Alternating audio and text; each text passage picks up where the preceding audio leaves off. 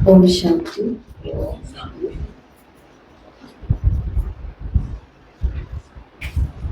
ओम शांति। ओम शांति। तो आज 1 सितंबर 2025 है। बाबा की मुरली महावाक्य सुनेंगे हम। और आज मुरली को जिस विधि से याद करेंगे वो है लोकेशन मेथड।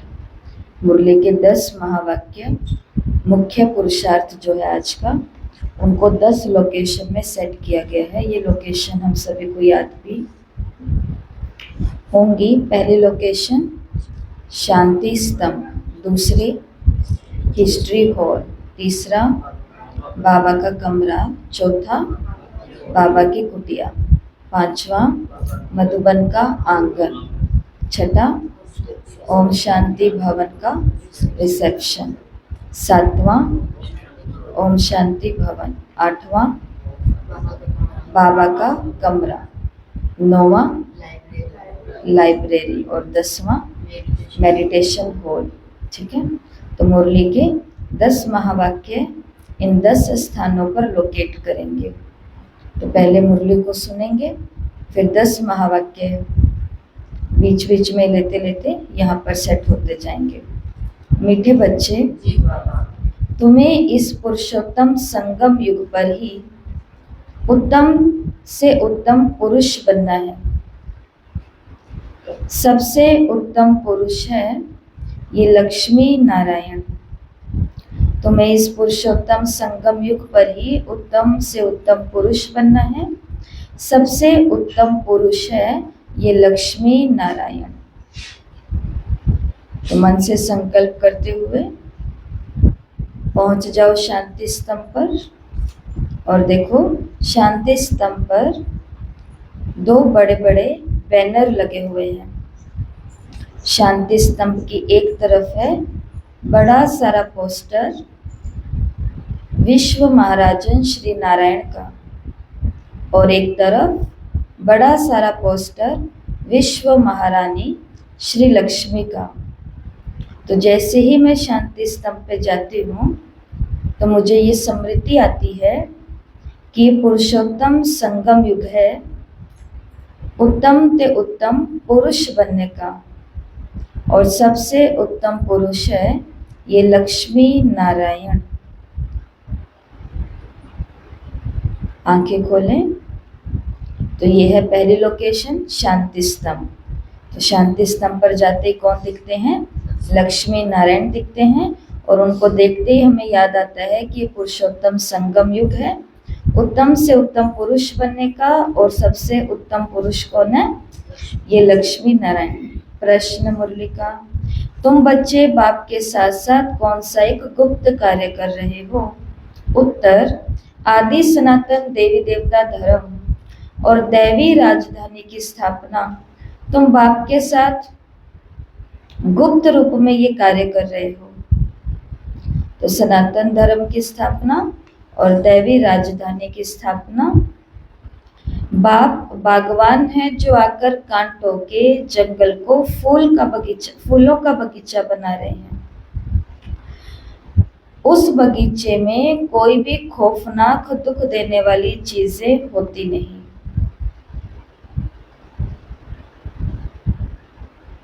तो अगर आज लिखोगे भी नहीं तो भी आपको पॉइंट्स याद हो जाएंगे। अभी फिर से आंख बंद करो और पहुंच जाओ हिस्ट्री हॉल में।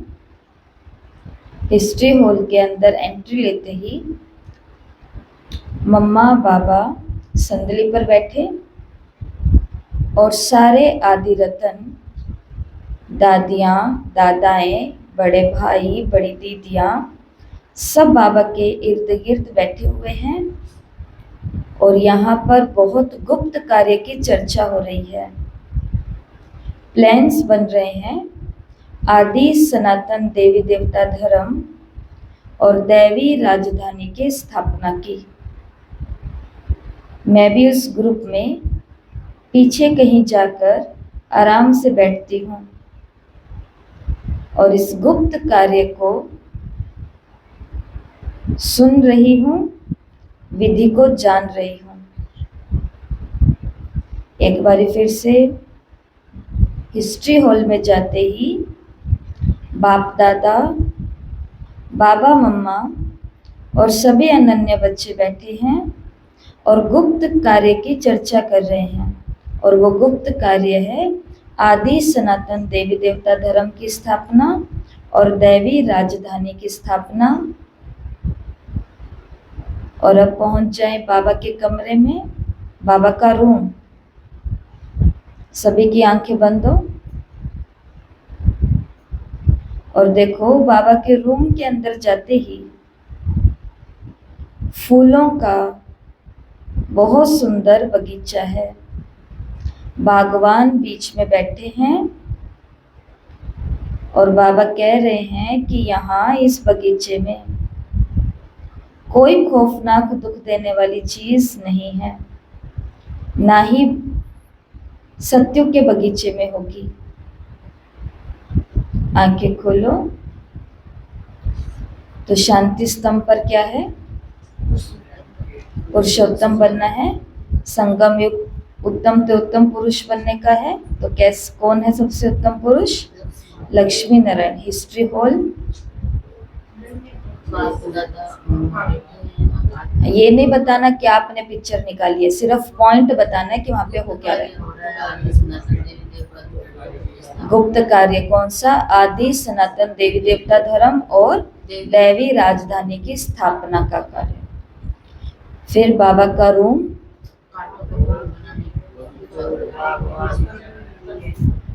तो बाबा ने कहा कांटों के जंगल से निकल तुम फूलों के बगीचे में आ गए हो। तो उस बगीचे में कोई भी खौफनाक दुख देने वाली चीज नहीं होती है। और फूलों के बगीचे में कौन बैठा है? बागवान बैठा है। गीत है आखिर वो दिन आया आज। ओम शांति। रूहानी बाप बैठ रूहानी बच्चों को समझाते हैं, समझाएंगे तो जरूर शरीर द्वारा। आत्मा शरीर बिगर कोई भी कार्य कर नहीं सकती। रूहानी बाप को भी एक ही बार पुरुषोत्तम संगम युग पर शरीर लेना पड़ता है। ये संगम युग भी है, इनको पुरुषोत्तम युग भी कहेंगे, क्योंकि संगम युग के बाद फिर सतयुग आता है। सतयुग को भी पुरुषोत्तम युग कहेंगे। बाप आकर स्थापना भी पुरुषोत्तम युग की करते हैं। संगम युग पर आते हैं तो जरूर वो भी पुरुषोत्तम युग हुआ। यहाँ ही बच्चों को पुरुषोत्तम बनाते हैं, फिर तुम पुरुषोत्तम नई दुनिया में रहते हो। पुरुषोत्तम अर्थात उत्तम से उत्तम पुरुष ये राधे कृष्ण अथवा लक्ष्मी नारायण है। ये ज्ञान भी तुमको है और धर्म वाले भी मानेंगे बरोबर कि ये हेवन के मालिक है। भारत की बड़ी भारी महिमा है, परंतु भारतवासी खुद ही नहीं जानते। कहते भी हैं फलाना स्वर्गवासी हुआ, परंतु स्वर्ग क्या चीज है ये समझते नहीं। आप ही सिद्ध करते स्वर्ग गया, इसका मतलब नरक में था। हेवन तो जब बाप स्थापन करे वो तो नई दुनिया को कहा जाता है। दो चीजें है ना, स्वर्ग और नरक। मनुष्य तो स्वर्ग को लाखों वर्ष कह देते।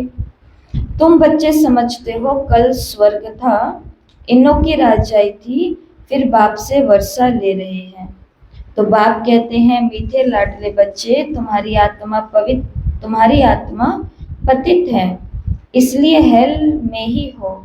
कहते भी हैं अभी कलयुग के 40,000 वर्ष बाकी हैं, तो जरूर कलयुग वासी कहेंगे ना। पुरानी दुनिया तो है ना। मनुष्य बेचारे घोर अंधियारे में हैं, पिछाड़ी में जब आग लगेगी तो सब खत्म हो जाएंगे। तुम्हारी प्रीत बुद्धि है नंबरवार पुरुषार्थ अनुसार। जितना प्रीत बुद्धि उतना ऊंच पद पाएंगे। सवेरे उठकर बहुत प्यार से बाप को याद करना है।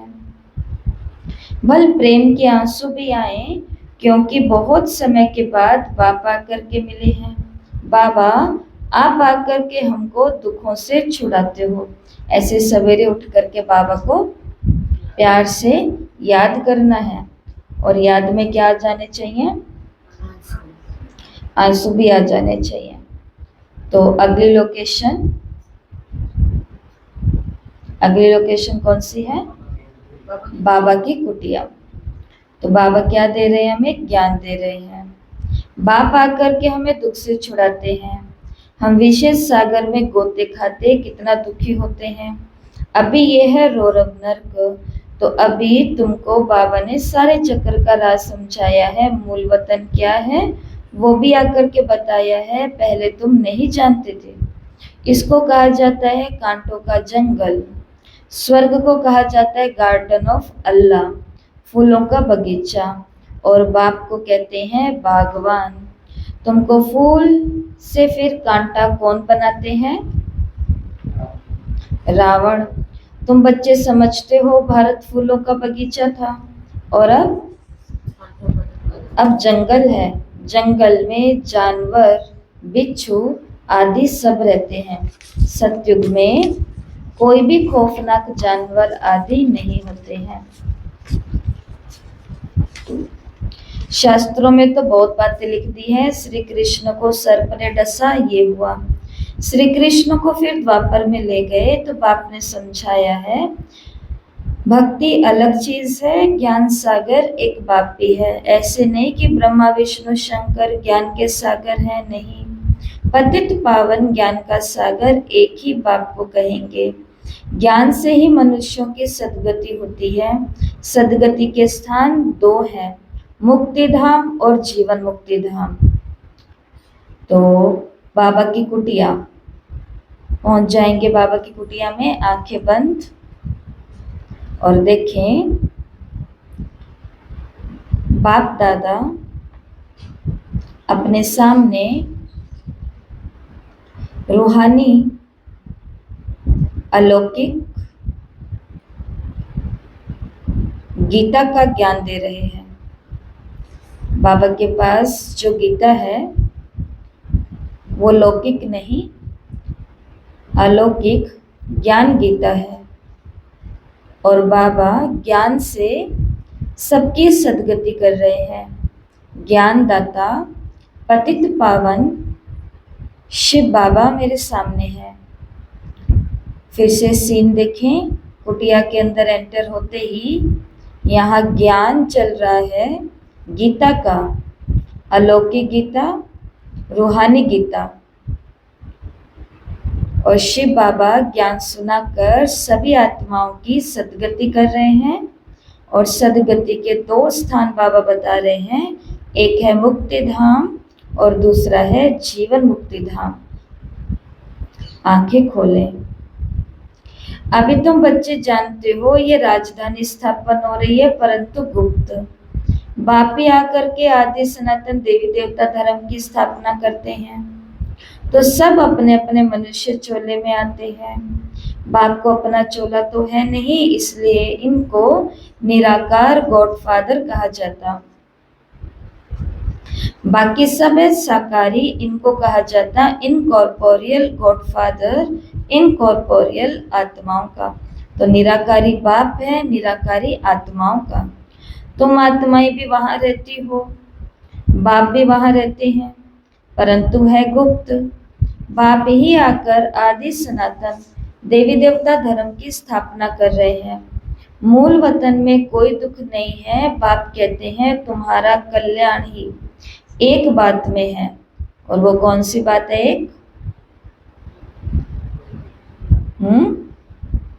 एक ही बात में बस बाबा ने कहा कल्याण है। उस एक ही बात को याद रखना। और वो एक बात कौन सी है? मन मना भव। बस बाप का बच्चा बना और बच्चे को वर्षा अंडरस्टूड है। अंडरस्टूड का मतलब मालूम ही है, समझ जाए।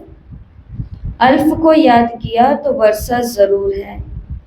सतयुगी नई दुनिया का, इस पतित दुनिया का विनाश भी जरूर होना है। तो पहली लोकेशन शांति स्तंभ। क्या कहा बाबा ने? क्या कहा बाबा ने? आज कॉपी पेन छोड़ दो, कॉपी पेन का काम नहीं है, बंद कर दो।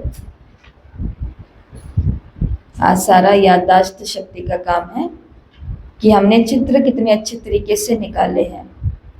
हाँ जी सुरेंद्र भाई जी, पहली लोकेशन शांति स्तंभ। और लक्ष्मी नारायण राजकुमार लक्ष्मी नारायण पॉइंट क्या कहा बाबा ने? मनी बहन, इंदिरा बहन, संगम में पुरुषोत्तम संगम हो गया, उत्तम से उत्तम पुरुष बनने का और उत्तम से उत्तम पुरुष है। सीन नहीं याद करने हैं, पॉइंट याद करना है। खाली लक्ष्मी नारायण को नहीं, लक्ष्मी नारायण को देखते पूरा महावाक्य याद आ गया कि उत्तम ते उत्तम पुरुष बनने का कौन सा युग है? ये पुरुषोत्तम संगम युग है। और सबसे उत्तम पुरुष कौन है? ये लक्ष्मी नारायण। हिस्ट्री हॉल कुसुम बहन, हिस्ट्री हॉल जमुना बहन, पुष्पा बहन। सीन नहीं बताना, पॉइंट क्या चल रहा है वहां पे?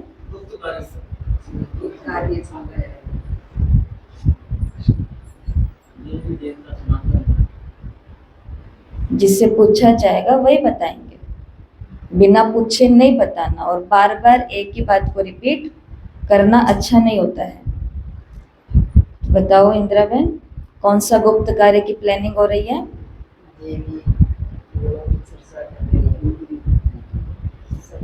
आदि सनातन देवी देवता धर्म की स्थापना और दैवी राजधानी की स्थापना, ये गुप्त कार्य की प्लानिंग।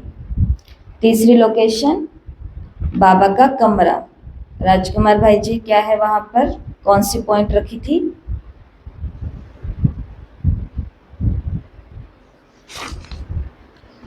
सुरेंद्र भाई जी, सुरेंद्र भाई जी बोलो।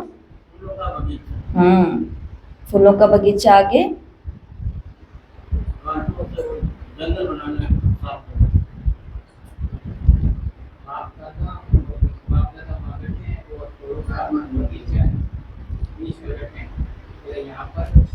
सीन नहीं बताना है, सिर्फ पॉइंट बताना है। सीन आपके दिमाग में रखना है। तो पॉइंट क्या था कि बाबा कांटों के जंगल से फूलों का बगीचा बनाने आए हैं।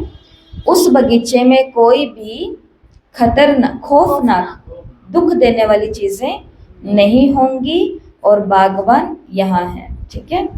और अगली लोकेशन बाबा की कुटिया। क्या हो रहा है बाबा की कुटिया में? पॉइंट सुनाना है सिर्फ। सच्चा ज्ञान ज्ञानदाता कौन है? शिव बाबा। शिव बाबा। और ज्ञान से क्या होती है? सदगति होती है। और सदगति के दो स्थान है, मुक्ति धाम और जीवन मुक्ति धाम। और अगली लोकेशन है मधुबन का आंगन।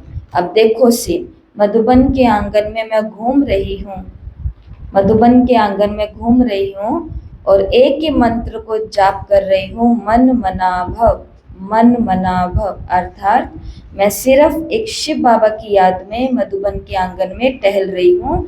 और मुरली का महावाक्य मुझे याद आ गया कि बाबा ने कहा कि बस एक ही बात में तुम्हारा कल्याण है और वो है मन मना भव। माना मैं बाप का बच्चा हूँ और बाबा से मुझे वर्षा मिलता है, आंखें खोलो। आगे बाबा ने मुरली में बोला कि इस पतित दुनिया का विनाश भी जरूर होना है, अमरपुरी में जाना है। अमरनाथ, तुम पार्वतियों को अमर कथा सुना रहे हैं। तीर्थों पर कितने मनुष्य जाते हैं, अमरनाथ पर कितने जाते हैं? वहां कुछ भी है नहीं, सब है ठगी, सच की रत्ती भी नहीं, गाया भी जाता है झूठी काया, झूठी माया, झूठा सब संसार। इसका भी अर्थ होना चाहिए, यहाँ है ही झूठ। तो ये भी ज्ञान की बात है, ऐसे नहीं कि ग्लास को ग्लास कहना झूठ है। बाकी बाप के बारे में जो कुछ बोलते वो झूठ बोलते, सच बोलने वाला एक बाप भी है। अभी तुम जानते हो बाबा आकर सच्ची सच्ची सत्यनारायण की कथा सुनाते। झूठे हीरे मोती भी होते हैं ना, आजकल झूठ का बहुत शो है, उनकी चमक ऐसी होती सच्चे से भी अच्छे। ये झूठे पत्थर पहले नहीं थे, पिछाड़ी में विलायत से आए हैं। झूठे सच्चे साथ मिला देते हैं, पता भी नहीं पड़ता। तो रियल डायमंड और झूठा डायमंड एक साथ में, रियल मोती और झूठा मोती मालूम पड़ सकता है। बाबा ने कहा कि अब ये दुनिया ऐसी है कि जो झूठा हीरा या झूठा मोती होगा उसकी चमक इतनी होगी कि वो रियल लगेगा। तो संसार में भी व्यक्ति प्राणी कैसे हो चुके हैं, हम ऐसे हो चुके हैं। तो झूठे तो ऐसे झूठे निकले जो जरा भी पता नहीं पड़े। अभी तुम बच्चों को कोई संशय नहीं रहता, संशय वाले फिर आते नहीं हैं। प्रदर्शनी में कितने ढेर आते हैं। बाप कहते हैं अब बड़े बड़े दुकान निकालो, ये एक ही तुम्हारा सच्चा दुकान है, तुम सच्ची दुकान खोलते हो। तो ब्रह्मा कुमारियों की भी क्या खुली हुई है, दुकान है। सब बोलते हैं इनकी भी दुकान खुल गई है, इन लोगों की भी दुकानें हैं। तो ये तो भगवान ही कह रहा है कि हाँ जी दुकान है, और भगवान कह रहा है कि और बड़ी दुकान खोलनी है। लेकिन ये दुकान कौन सा सौदा करेंगी, सच्चाई का, माना सच्चे ज्ञान रत्नों का। ये है, तुम सच्ची दुकान खोलते हो। बड़े बड़े सन्यासियों के भी बड़े बड़े दुकान होते, जहाँ बड़े बड़े मनुष्य जाते। तुम भी बड़े बड़े सेंटर्स खोलो। भक्ति मार्ग की सामग्री बिल्कुल अलग है। ऐसे नहीं कहेंगे कि भक्ति शुरू से चली आती है, नहीं, ज्ञान से होती है सदगति अर्थात दिन। तो ये सारी पॉइंट अभी तक कौन सी चल रही है, सदगति की। वहां संपूर्ण निर्विकारी विश्व के मालिक थे। मनुष्यों को ये भी पता नहीं कि लक्ष्मी नारायण विश्व के मालिक थे। सूर्यवंशी और चंद्रवंशी और कोई धर्म होता नहीं। तो बच्चों ने गीत भी सुना। तुम समझते हो आखिर वो दिन आया आज संगम का, जो हम आकर के अपने बेहद के बाप से मिले हैं। बेहद का वर्षा पाने के लिए पुरुषार्थ करते हैं। सतयुग में तो ऐसे नहीं कहेंगे कि आखिर वो दिन आया आज। वो लोग समझते हैं बहुत अनाज होगा, ये होगा। समझते हैं स्वर्ग की स्थापना हम करते हैं। समझते हैं स्टूडेंट का नया ब्लड है, वो बहुत मदद करेंगे, इसलिए गवर्नमेंट बहुत मेहनत करती है उन पर, यूथ पर, स्टूडेंट्स पर। और फिर वो पत्थर आदि भी फिर वही मारते हैं। हंगामा मचाने में पहले पहले स्टूडेंट ही आगे रहते हैं। वो बड़े होशियार होते हैं, उनको न्यू ब्लड कहेंगे। तो वो न्यू ब्लड की बात तो है नहीं, वो है ब्लड कनेक्शन। अभी तुम्हारा है रूहानी कनेक्शन। कहते हैं बाबा हम आपका 2 मास का बच्चा हूँ। कई बच्चे रूहानी बर्थडे मनाते हैं, ईश्वरीय बर्थडे ही मनाना चाहिए। तो बाबा ने कहा किस किस को याद है ज्ञान में आने की डेट, कब आए थे इंदिराबेन ज्ञान में, याद है? वो कौन सा महीना था, वो कौन सा दिन था? जून का महीना था, अप्रैल का महीना था, वेरी गुड। मई का महीना याद है? नहीं याद? आप तो शुरू में ज्ञान सुना था, तो मई का ही महीना है। कब आए थे यहाँ, कौन सा महीना था? आज याद करना। मई जून में आए थे, मई या जून? जून शायद, आज पक्का कंफर्म करना। हरी माता जी कौन से मास में बाबा के घर आए थे? बहुत गर्मी थी, दोपहर के 1 बजे। और उससे 10 साल पहले हाँ, पहचान मतलब जब आत्मा को पता चल गया कि बाबा है, ये है ना, ये जन्म है। जनवरी में। राजकुमार भाई जी नहीं याद। सुरेंद्र भाई जी 17 दिसंबर एक्यूरेट याद है, जब जाना था, उससे पहले कोर्स। तो आज बाबा ने क्या कहा है कि अपना ये वाला बर्थडे बनाओ, पूरे बीके फैमिली के साथ में बर्थडे सेलिब्रेट करो। ब्राह्मण भूल जाते हैं ना अपना जन्मदिन मनाना, ज्ञान में आए तो वो वाला दिन मनाना, लेकिन इस दिन से बड़ा और कोई भी दिन नहीं है। लौकिक में हमारा जन्म होता है तो सब कितने धूमधाम से सेलिब्रेट करते हैं हम लोग।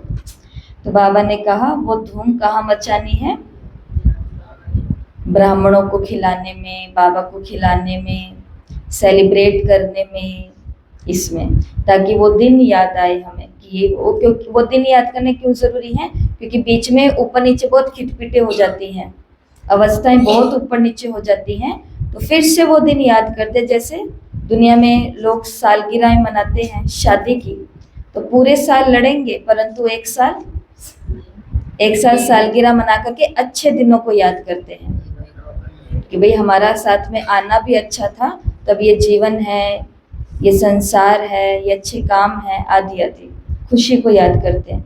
ऐसे ही कोई फैक्ट्री का उद्घाटन होता है, उस दिन को याद करते हैं कि आज ही वो दिन था जब हमने नींव पत्थर डाला था। तो शिव बाबा कहते हैं कि अभी तुम्हारा कौन सा कनेक्शन हो गया है, रूहानी कनेक्शन। ये बाबा ने क्यों बात बीच में बोली, क्योंकि बाबा यहाँ पर ब्लड की बात कर रहे हैं, यूथ की बात कर रहे हैं कि उनका है न्यू ब्लड, खून, तो वो खून के लिए लड़ता है। बाबा ने कहा यहाँ रूहानी कनेक्शन है। कहते हैं बाबा हम आपका 2 मास का बच्चा हूँ। कई बच्चे रूहानी बर्थडे मनाते हैं, ईश्वरीय बर्थडे मनाना चाहिए, वो जिस्मानी बर्थडे कैंसल कर देना चाहिए। और जिसको मालूम ही नहीं है कि हमारा बर्थडे कब है, तो उनको फिर कौन सा बर्थडे बनाना चाहिए, बाबा वाला शिवरात्रि है, वो मनाओ बहुत अच्छे से। तो हम ब्राह्मणों को ही खिलाएंगे, पर आज बाबा ने अलग अलग कर दिया दोनों जन्मदिन। तो वो जिस्मानी बर्थडे कैंसिल कर देना चाहिए, क्योंकि जिस्मानी बर्थडे पर जिस्मानी लोगों को बुलाएंगे और किनको खिलाएंगे, ये पक्के ब्राह्मणों के लिए बातें। कहीं पर कोई सोचे कि इसका मतलब हम उनके साथ निभाएं ना, उनको बुलाएं ना, उनके पास जाएं ना, तो जाओ, परंतु ये जो पक्के हैं, बिल्कुल कहते हैं हम बाबा के एकदम पक्के पिक्के हैं, तो ये उनके लिए है मर्यादाएं कि हम तो ब्राह्मणों को ही खिलाएंगे। मनाना तो ये चाहिए ना, वो है आसुरी जन्म और ये है ईश्वरीय जन्म। रात दिन का फर्क है। किस किस ने आज ये पहली बार पॉइंट सुनी है कि ईश्वरीय बर्थडे मनाना चाहिए? जिन्होंने पहली बार ये पॉइंट सुने वो हाथ ऊपर करो। बाकियों ने सुनी हुई है? तो फिर मनाते हैं पूरे साल में एक बारी। हम तो हमारा मनाते हैं, हम तो 23 मई 2018 को ज्ञान में आए थे, 2013 में, तो हम तो वो वाला बनाते हैं, और वो भी पाठशाला का बोल करके बनाते हैं। अब मनाएंगे, ये तो अच्छी बात है। फिर तो अगर ऐसा है तो फिर तो हर एक महीने में एक दिन सेलिब्रेशन होएगा। तो बाबा ने कहा रात दिन का फर्क है उस बर्थडे में और इस बर्थडे में, परंतु जब निश्चय में बैठे, परंतु ये बात भी तब करनी है जब हमें निश्चय हो जाए। बिना निश्चय के फिर क्या लगेगा, बोझ लगेगा कि अब एक और काम आ गया, ये भी करना पड़ेगा। जब तक निश्चय नहीं तब तक नहीं। ऐसे नहीं कि ईश्वरीय जन्म मना करके फिर जाए आसुरी जन्म में पड़े। ऐसा भी होता है, ईश्वरीय जन्म मनाते मनाते फिर बाबा की भाषा, ईश्वरीय जन्म मनाते मनाते फिर रक्फू चक्कर हो जाते हैं। आजकल तो मैरिज डे भी मनाते हैं, शादी को जैसे कि बहुत ही अच्छा शुभ कार्य समझते हैं, जहन्नुम में जाने का दिन मनाते हैं। वंडर है ना, ये दिन कोई ये बाबा ने कहा है, ये दिन कोई बहुत खुशी का दिन नहीं है। ये दिन ही था जब कहाँ गए, नरक में गए, असली नरक, जिन्होंने देखा हो। और बाबा ने कौन सा शब्द यूज किया, जन्नू। वंडर है ना, बाप बैठ करके सब बातें समझाते हैं, बाबा को कोई हिचक नहीं है। बाबा क्योंकि वो कौन है, कहना आसान है कि भगवान सत्यम शिवम सुंदरम है, लेकिन उसे सत्य सुनने के लिए अंदर में जिगर भी बहुत मजबूत चाहिए। वो ऐसे सच सुनाता है कि ये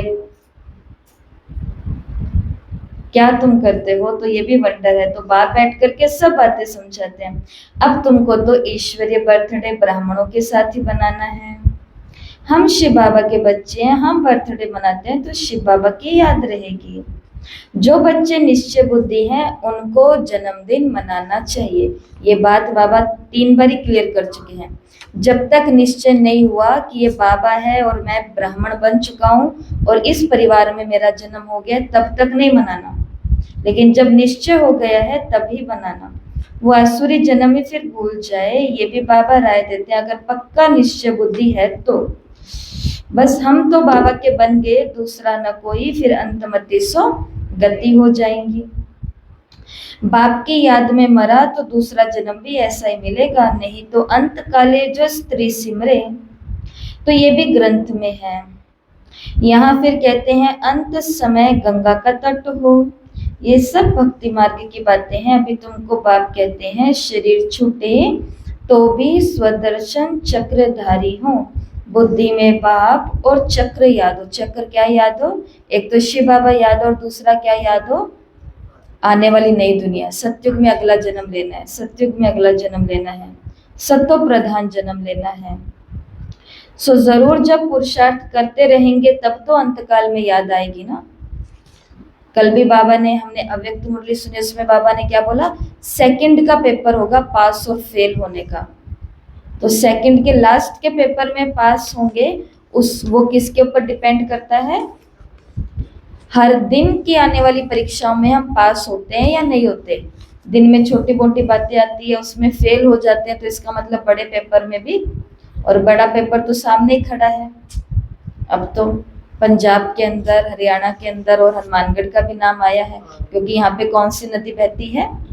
घग्गर नदी। लेवल ऊपर तक बढ़ गया है। सुबह सुबह की रिपोर्ट देखी है, आसपास के जितने भी गांव हैं तट पर, उन सभी पर हाई अलर्ट कर दिया है, शहरवासियों को भी कर दिया है। तो ऐसे ऐसे पेपर आएंगे। अब इस समय कौन सा पुरुषार्थ काम आएगा? इस समय किया हुआ पुरुषार्थ या पहले का किया हुआ पुरुषार्थ अभी काम आ जाएगा। पहले जिसने अशरीरी बनने की बहुत प्रैक्टिस करी है, तो वो अभी भी अशरीर रहेंगे, साक्षी होकर के सकाश देते हुए सारा खेल देखेंगे, क्योंकि ये तो होना ही था, होना ही है और होकर के ही रहेगा। इसको कोई नहीं रोक सकता। तो परंतु होती है चीजें इंसान को आईना दिखाने के लिए, फिर नीचे बैठ जाती हैं ताकि शायद समझ जाएं, शायद समझ जाएं, शायद समझ जाएं। परंतु इतनी बारी चांस मिलने के बाद जब नहीं समझेंगे तो लास्ट में सीधी एक ही लहर आएगी और खेल खत्म। इसके लिए ये सभी सीन।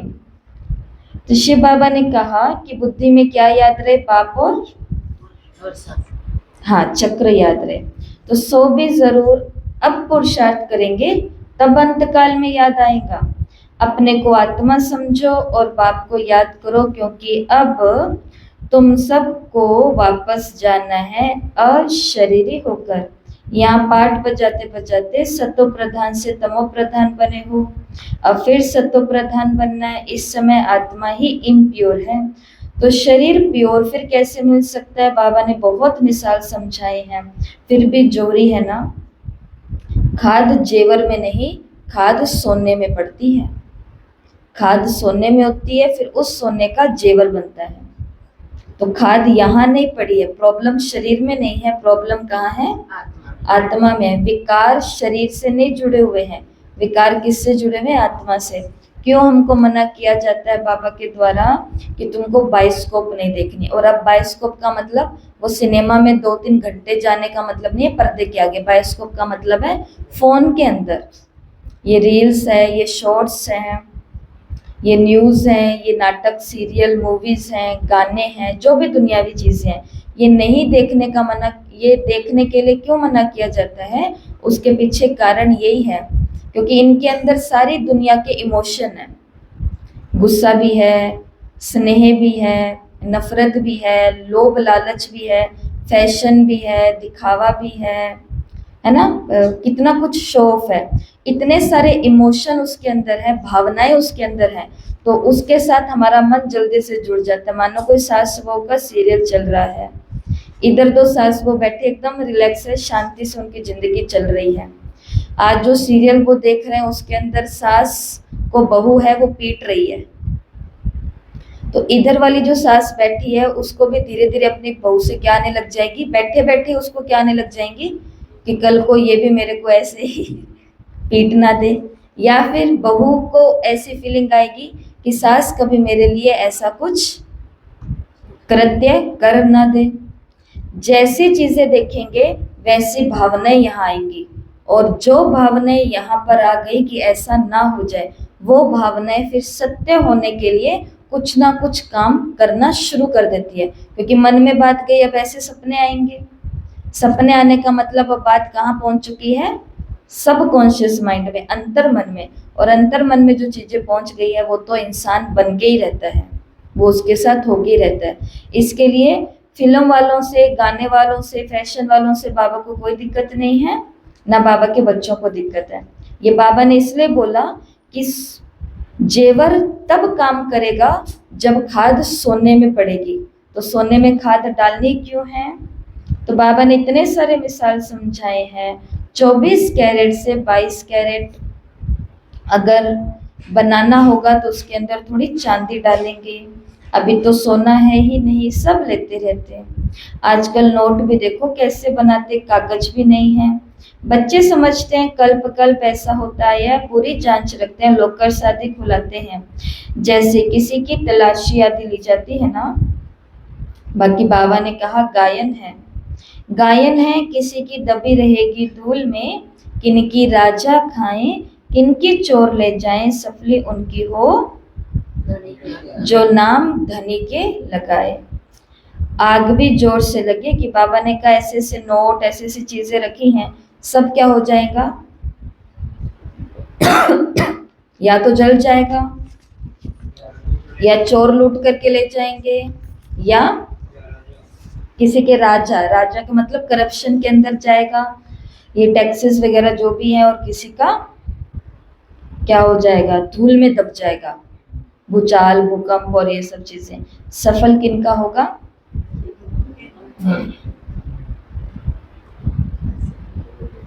एक माता का पर्स खो गया था मधुबन में। माताओं का बहुत पर्स खोता है मधुबन में, क्योंकि वो बैठती है फिर उठती है तो उसका वहीं रह जाता है, उसको पता ही नहीं चलता है कि क्या हो गया है। तो वहाँ पे खोया पाया विभाग है, उसके अंदर यही है, मोबाइल है, पर्स है और ये सब चीज़ें। तो अपनी भी क्लास की माताएं जाती है तो हर बारी एक एक एक है, उसका पर्स छूट जाता है और फिर वो बोलते हैं कि दीदी हमारा पर्स रह गया, अब कैसे मिलेगा। पर ये तो बाबा का घर है तो वहाँ पे कोई भी दिक्कत नहीं है, अनाउंसमेंट होती है, सबको अपनी अपनी चीज़ें मिल जाती है। तो एक बारी ऐसे ही हर साल ये होता है। तो एक बारी किसी साल की बात है कि एक माता का पर्स खो गया था। उन्होंने कहा कि दीदी purse purse purse purse purse, खोया पाया विभाग में गए, बताया ऐसे ऐसा पर्स है, डायमंड हॉल के पीछे से अनाउंसमेंट हुई कि पर्स ऐसा ऐसा है, पीछे आकर के कलेक्ट कर लो। जाते हैं कलेक्ट करने तो वो पूछते हैं पर्स कौन से रंग का है, पर्स में कितने पैसे हैं, पर्स के ऊपर क्या लिखा हुआ है, पूरी ऐसे पहले इंक्वायरी करते हैं, फिर उसके बाद उनके हाथ में पर्स देते हैं। तो हमने देखा कि जब पर्स खो गया तब खाली उसको बाबा याद था। माताओं को खाली क्या याद होता है, बाबा बाबा बाबा। लेकिन जैसे पर्स गया, गए का मतलब गया, अब उसके अंदर 2000 है, 4000 है या 10,000 है, गए के मतलब आधार कार्ड के समेत वो सब कुछ गया। हमारा है अब नहीं है, बताओ है या नहीं है? अब नहीं है, अब तो गया। लेकिन जब पर्स उनको मिल गया तो हमने सोचा कि शायद अब ये बाबा के रूम में जाएंगे और बाबा के रूम में जा करके आधा हिस्सा तो डाल करके आएंगे, परंतु वो सीधा अपना पर्स पर्स सबको अनुभव सुना रहे हैं, मेरा पर्स मिल गया, बाबा ने मेरा पर्स मिलवा दिया, बाबा ने मेरा पर्स ढूंढवा दिया, परंतु बाबा के लिए कुछ नहीं किया। ये हमारा हाल है, ये हम सभी का हाल है। ये हाल क्या है कि जब गया तो पूरा ही गया था ना। अब भगवान ने अगर उसको ला दिया है तो उसको कुछ सफल तो करो। सफल नहीं करते हैं तब फिर अगली बारी और तेज झटका लगता है हमको। ये है कर्मों की गति, ये भी सूक्ष्म कर्म होते हैं। हम खाना खाते हैं, खाना खाने से पहले क्यों भारत के अंदर और आजकल तो विदेशों के अंदर भी समझाया जाता है कि गॉड को याद करो पहले, क्योंकि वो अन्नदाता है। क्यों याद करने के लिए बताया जाता है उसको? उसको याद करने से उसके मुंह में तो नहीं चला जाएगा, तो फिर क्यों याद किया जाता है, क्यों भोग लगाया जाता है? उसने दिया है। अच्छा, क्योंकि कर्मों का ये सिद्धांत बताया हुआ है बाबा के द्वारा भी और शास्त्रों के द्वारा भी, कि जिसने अन्न दिया है उसको याद करे बिना खाना ये डैश है, क्या? चोरी है। कर्मों के अंदर चोरी लिखी जाती है ये। तो इसीलिए दबेगा, खपेगा, जलेगा सब कुछ, लेकिन सफल कितना होगा? जो उसके नाम पर लगेगा। वो किसी भी तरीके से हम लगाएं। तो तुम बच्चे जानते हो जैसे ये शरीर है, जलना ही है या इसका कुछ होना है, दो ही काम होंगे, या तो जलेगा या दफनेगा, तीसरा काम होएगा इसका? दोनों में से ये काम होते हैं। या अगर जो पारसी धर्म में उनका चील बाज ये खा जाते हैं पक्षी। लेकिन जब तक ये है तब तक सफल उतना ही माना जाएगा जितना धनी के नाम उसकी सेवा के लिए लगा है, बाकी सब फिजूल है। तो बाबा ने कहा अभी तुम बच्चे जानते हो कि ये सब तो होना है, इसलिए बैगेज तुम भविष्य के लिए तैयार कर रहे हो, और कोई को मालूम थोड़ी है, तुमको ही वर्षा मिलता है 21 जन्मों के लिए। तो तुम्हारे पास तो तुम्हारे ही पैसे से भारत को स्वर्ग बना रहे हैं, जिसमें फिर तुम ही निवास करेंगे। तुम बच्चे अपने पुरुषार्थ से आप ही राज तिलक लेते हो। गरीब निवास बाबा स्वर्ग का मालिक बनाने आया है, लेकिन बनेंगे तो पढ़ाई से ही। कृपा या आशीर्वाद की बात नहीं है, टीचर का तो पढ़ाना धर्म है। कृपा की बात नहीं, टीचर को गवर्नमेंट से पगार मिलती है, सो तो जरूर पढ़ाएंगे। इतना बड़ा इजाफा मिलता है, पद्मा पदम पति बनते हो। श्री कृष्ण के पाँव में पद्म की निशानी देते हैं। तुम यहाँ आए हो भविष्य में पद्म पति बनने। तुम बहुत सुखी, साहूकार, अमर बनते हो, काल पर विजय पाते हो। तो इन बातों को मनुष्य समझ ना सके। तुम्हारी आयु पूरी हो जाती है, तुम अमर बन जाते हो। उन्होंने फिर पांडवों के चित्र लंबे चौड़े बना दिए हैं। समझते हैं पांडव इतने लंबे थे, अब पांडव तो तुम हो। कितना रात दिन का फर्क है। मनुष्य कोई जास्ती लंबा नहीं होता, 6 फुट का होता।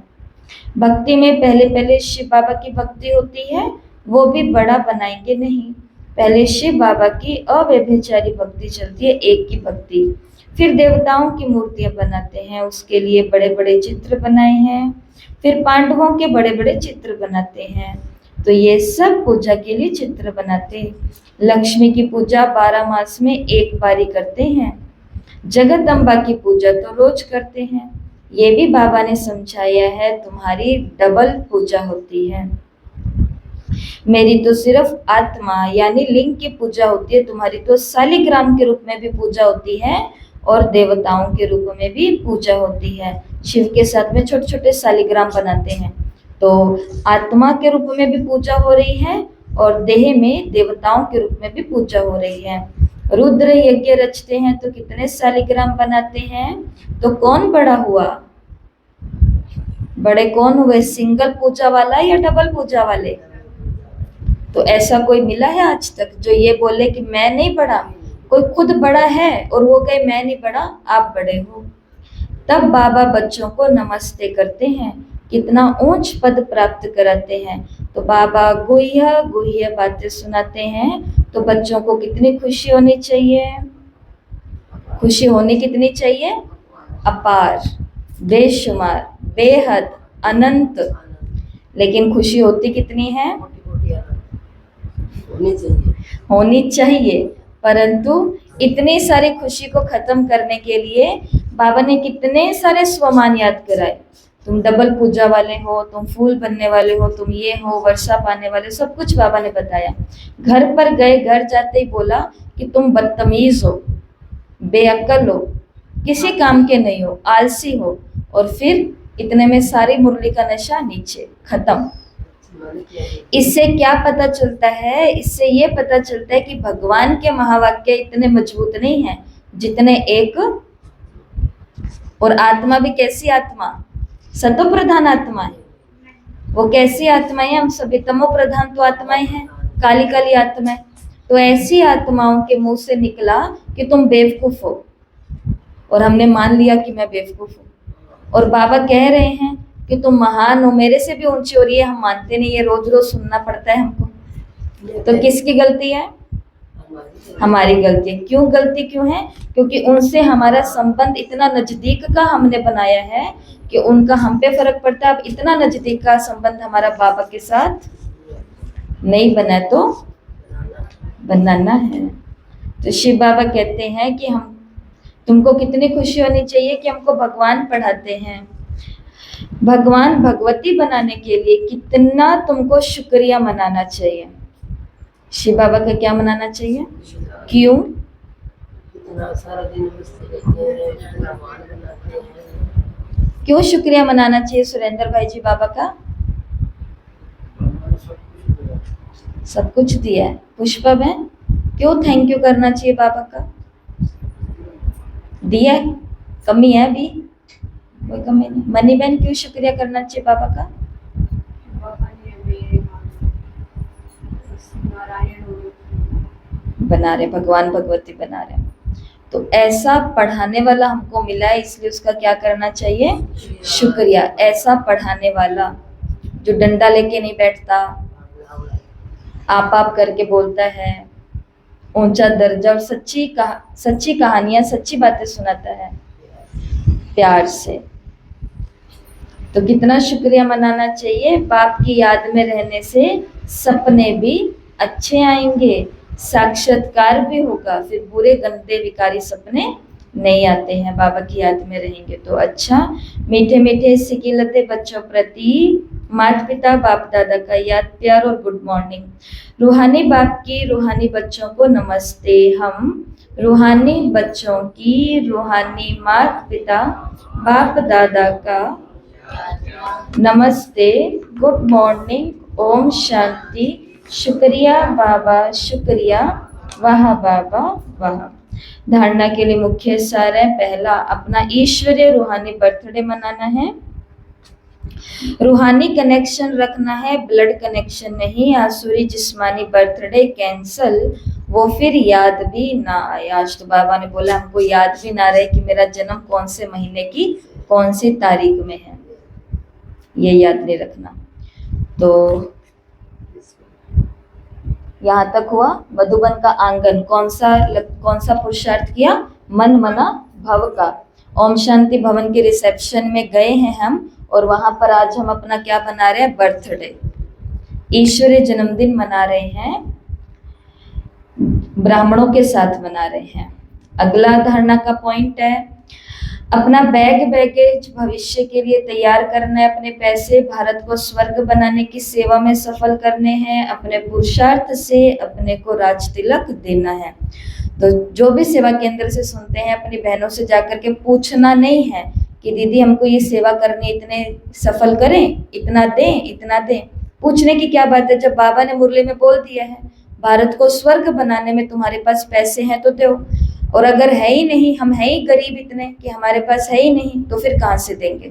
देते नहीं है तो भगवान को पता है कि इन विचारों के पास है ही नहीं। और क्या सच में नहीं है? तन मन सब कुछ है। तो पूछ करके किसी को बार बार कंफ्यूज नहीं करना है कि पूछते क्यों हैं। इसके लिए है तो करो, नहीं है तो नहीं, क्योंकि इससे ही हम अपने आप को राज्य तिलक देंगे। यही है वरदान है आज का, स्नेह और सहयोग की विधि द्वारा सहज योगी भव। बाप दादा को बच्चों का स्नेह पसंद है, जो यज्ञ स्नेही और सहयोगी बनते हैं वे सहज योगी स्वतः बन जाते हैं। सहयोग सहज योग है, दिल वाला बाप को दिल का स्नेह और दिल का सहयोग ही प्रिय है।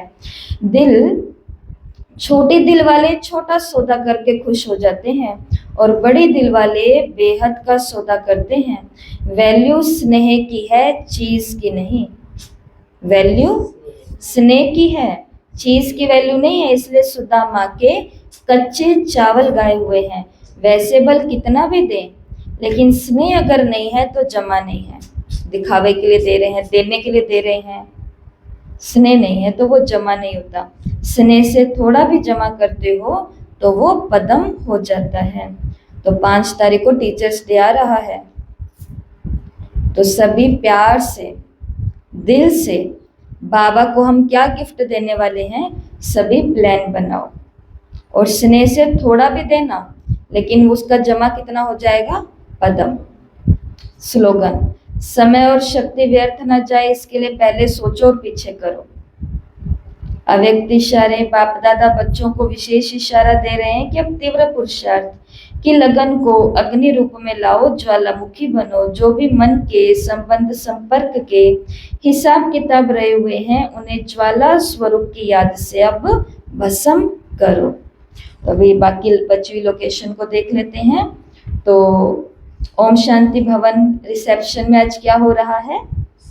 मुरली का पॉइंट याद करो कि ईश्वरीय जन्म, बाबा ने कहा बर्थडे तुमको मनाना है, ब्राह्मणों के साथ मनाना है, ब्राह्मणों को खिलाना है, रूहानी कनेक्शन रखना है, आसुरी जन्म जिस्मानी कनेक्शन वो डे नहीं मनाना। अगला है ओम शांति भवन। ओम शांति भवन, तो भविष्य की क्या चल रही है? ओम शांति भवन में तैयारी चल रही है। देखो सबके बैगेज तैयार है। ओम शांति भवन तो याद है ना, बड़ा सारा वो गोला वाला, ठीक है। तो भविष्य की तैयारी, तो इसको देख करके मुझे मुरली की कौन सी पॉइंट याद आई कि आज बाबा ने बोला कि भविष्य के लिए बैगेज तैयार रखो, कभी भी कुछ किसी की दबी रहेगी धूल में, किसी का ये और किसी का ये, इसलिए अपना बैगेज तैयार रखो। और अगली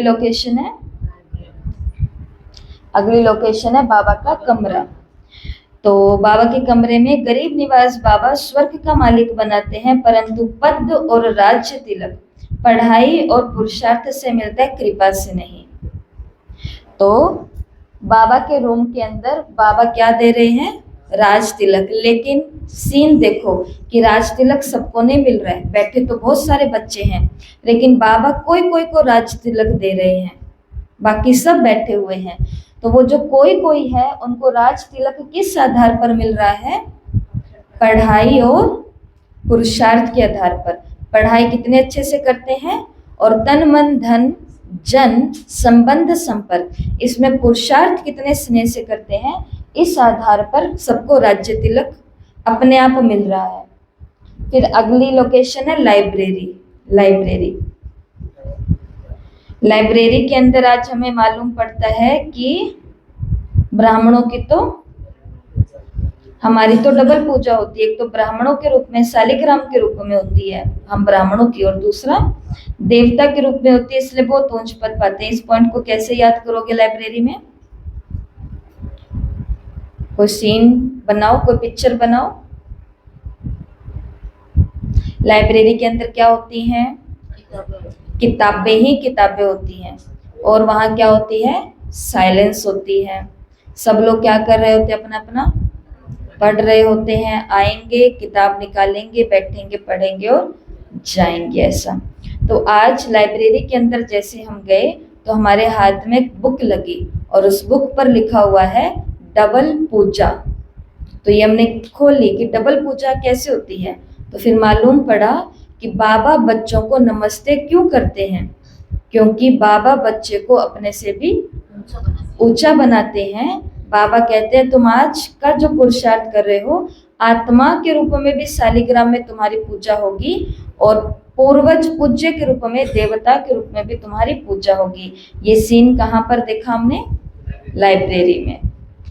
और लास्ट लोकेशन है मेडिटेशन हॉल, जो ऊपर जाकर के है। तो मुरली का वरदान, दिल से स्नेह और सहयोग देने वाले सहज योगी बन जाते हैं। सच्चा सौदा ये होता है, चीजों का सौदा नहीं होता है। बाबा कोई चीजों का सौदा नहीं कर रहे हैं। बाबा कौन सा सौदा कर रहे हैं? सच्चा सौदा। लेकिन एक किस आधार पर होता है? स्नेह और सहयोग का वरदान बाबा दे रहे हैं। तो मेडिटेशन हॉल से पता चल रहा है मेडिटेशन का मतलब क्या होता है? योग। तो सहज योगी बनना है तो क्या बनना पड़ेगा? स्नेही और सहयोगी।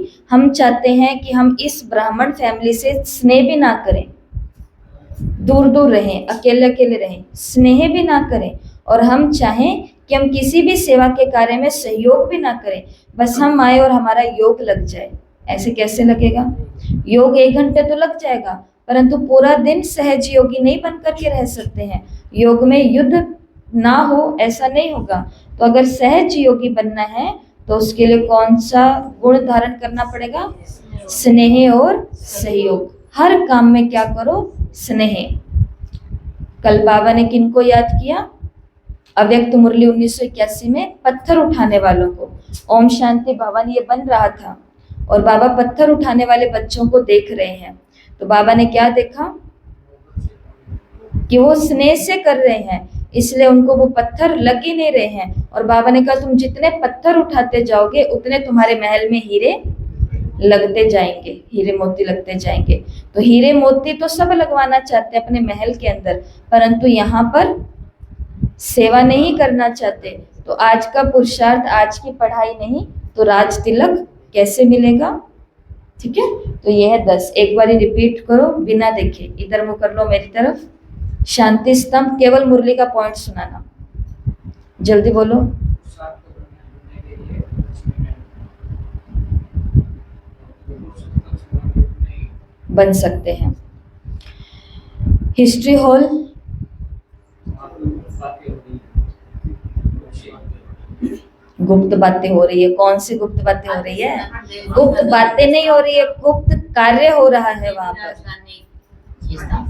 कौन सा गुप्त कार्य हो रहा है? आदि सनातन देवी देवता धर्म की और दैवी राजधानी की स्थापना, कार्य हो रहा है, कार्य। और फिर बाबा का रूम, कांटों के जंगल से बाबा फूलों के बगीचे में लेने आए हैं। बागवान खुद भगवान है, ठीक है। और फिर उसके बाद बाबा की कुटिया। तो गीता ज्ञानदाता, सच्चा ज्ञानदाता कौन है? शिव बाबा है। ज्ञान से सदगति होती है, सदगति के 2 स्थान है, मुक्ति धाम और जीवन मुक्ति धाम। और बाबा ही है जो ज्ञान देकर के हमें पतित से पावन बनाते हैं। अगली लोकेशन मधुबन का आंगन। तो मधुबन के आंगन में हम एक ही मंत्र की स्थिति में घूम रहे हैं। मुझे याद है मन मनाभव, अर्थात मैं बाबा का बच्चा हूँ और बाबा से वर्षा ले रहा हूँ। उसके बाद ओम शांति भवन का रिसेप्शन। क्या हो रहा है रिसेप्शन में आज? केक कटिंग हो रही है। समझो कि बाबा ने मुरली में बोला है कि तुम्हें अपना ईश्वरीय जन्म बनाना है, ब्राह्मणों के साथ इनको खिलाना है, और वो वाला बर्थडे बाबा ने कहा कैंसिल करना है। और ओम शांति भवन में क्या हो रहा है? भविष्य की सबके बैगेज बाबा ने कहा तुम तैयार रखो अपने, क्योंकि अब भविष्य की तैयारी हो रही है, कभी भी कुछ। और इसके बाद में बाबा का रूम। तो यहाँ पर कुछ कुछ को चुन चुन करके बाबा राज तिलक दे रहे हैं। और मुझे मालूम पड़ा कि राज तिलक मिलने का आधार है जिन्होंने बहुत अच्छे से पढ़ाई की है और जिन्होंने अपना पैसा, आज बाबा ने ये चीज विशेष कही है, जिन्होंने ये पुरुषार्थ किया है उनको राज तिलक लग रहा है। और उसके बाद अगली लोकेशन लाइब्रेरी, डबल पूजा। शालिग्राम के रूप में भी मेरी पूजा होती है और देवता रूप में भी मेरी पूजा होती है। और लास्ट लोकेशन मेडिटेशन हॉल। सहज योगी बनना है तो स्नेही और सहयोगी बनना होगा। ये मुरली के 10 पॉइंट है, ठीक है। तो आज पूरे दिन में कम से कम 10 बारी तो इन 10 लोकेशन पे जाके आना, आंखें खोल के बैठो। और इससे क्या होगा? इससे बार बार हम मधुबन में जाएंगे, वहां की वाइब्रेशन लेकर के आएंगे, ऑटोमेटिक योग भी लग जाएगा और मुरली भी याद हो जाएगी। एक तीर से एक पंथ 2 काज, एक तीर से 2 निशाने लगेंगे, ठीक है। ओम शांति।